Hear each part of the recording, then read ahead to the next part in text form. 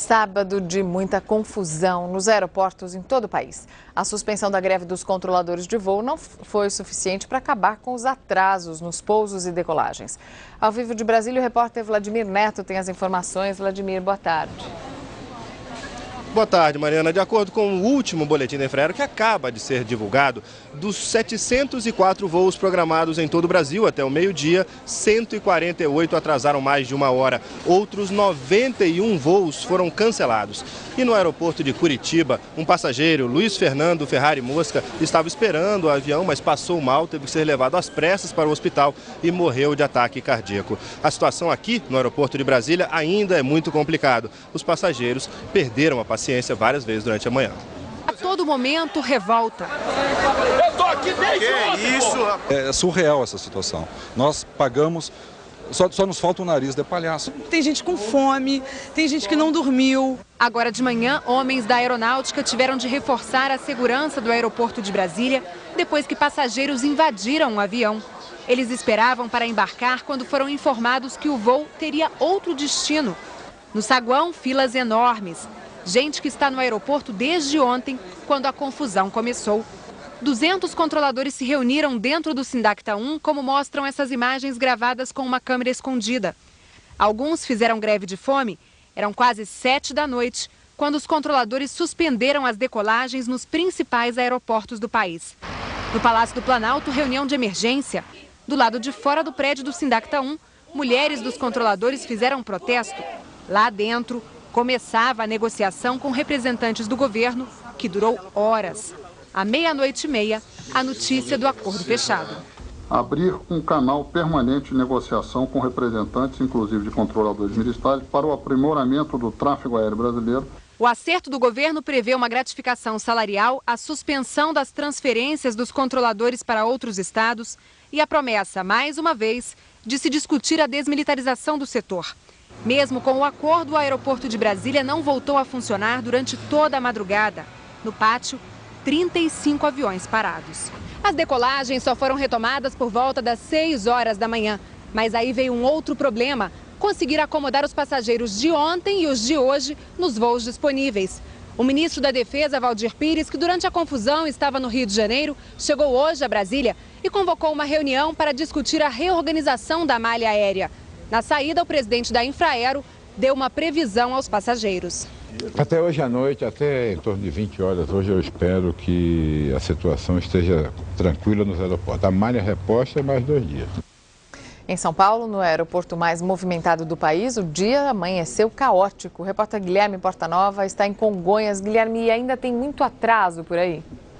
Tem sim, Mariana. Olha, durante a manhã a previsão era de 104 voos aqui em Congonhas. 3 foram cancelados e 38 tiveram atraso de pelo menos 45 minutos. Muita gente está esperando, por exemplo, voos que só estão previstos para o final da noite. E nesse momento não é possível se ter uma ideia muito confiável através dos painéis que estão colocados no aeroporto. Isso porque os voos só são confirmados, cancelados ou transferidos exatamente na hora prevista para o check-in.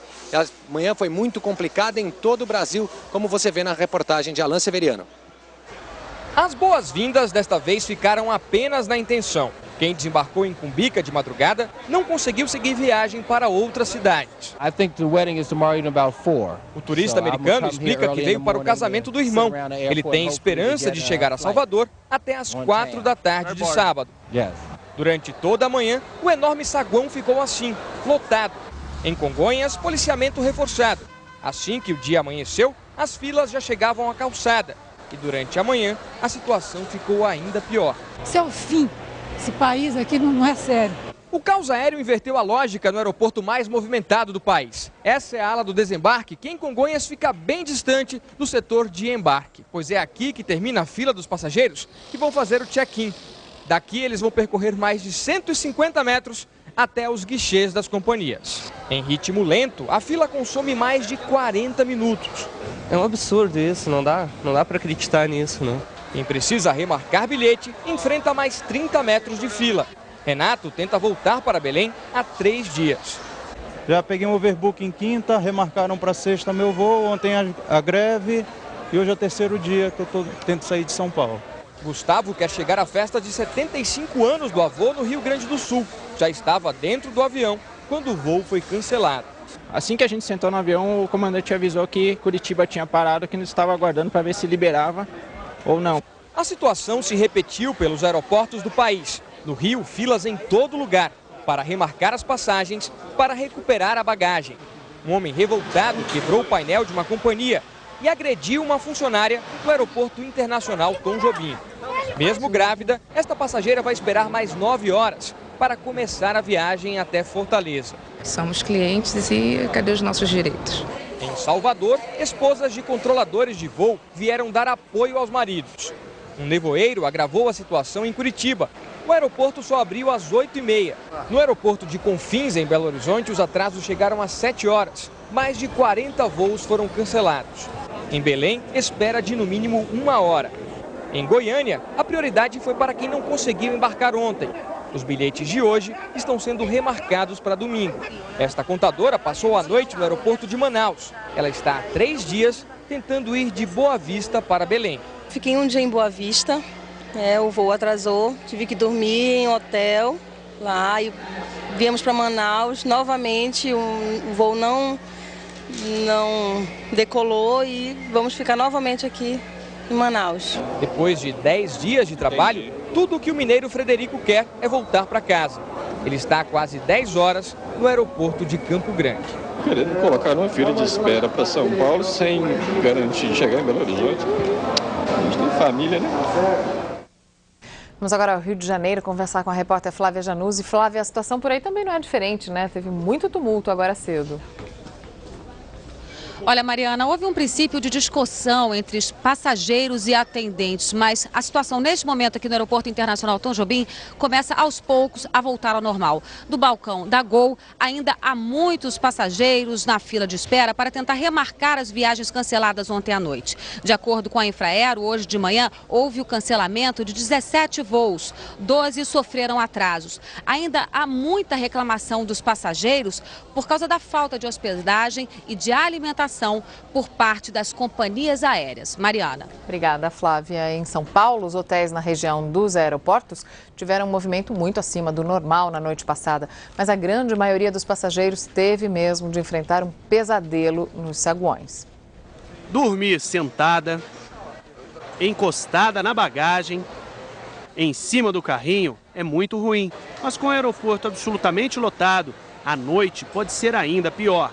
Mesa vira cama e o chão é a única saída quando vence o cansaço.